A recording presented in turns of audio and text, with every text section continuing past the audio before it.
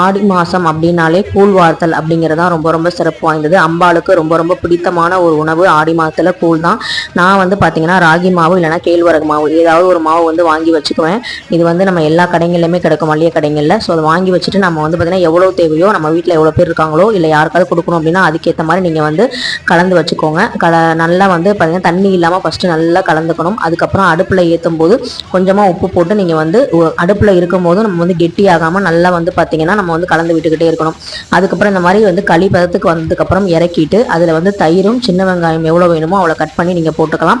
தயிர் வந்து பார்த்தீங்கன்னா நல்லா புளிச்சிருந்தா இன்னும் கொஞ்சம் டேஸ்ட்டாக இருக்கும். இல்லைனா வந்து பார்த்தீங்கன்னா கொஞ்சம் நல்லா நிறைய தயிர் விட்டுக்கோங்க. அதுக்கப்புறம் அம்பாளுக்கு பானை வந்து கூழ் பானை வந்து ரெடி பண்ணி வச்சுருந்தேன். அதில் வேப்பிலை கொஞ்சம் கட்டி வச்சுருந்தேன். மஞ்சள் குங்குமம்லாம் வச்சுட்டு அதில் வந்து நான் வந்து கூழை வந்து சேர்த்துட்டு வேப்பிலை சொருகி நான் வந்து அம்பாளுக்கு வந்து படைச்சேன். அதுக்கப்புறம் எங்கள் வீட்டுக்கு வந்து இந்த பெயிண்ட் அடிக்கிற ஆளுங்க வராங்க, நேற்றே சொல்லியிருந்தேன் பார்த்தீங்களா, அவங்களுக்கு இந்த கூழை வந்து கொடுத்தேன்.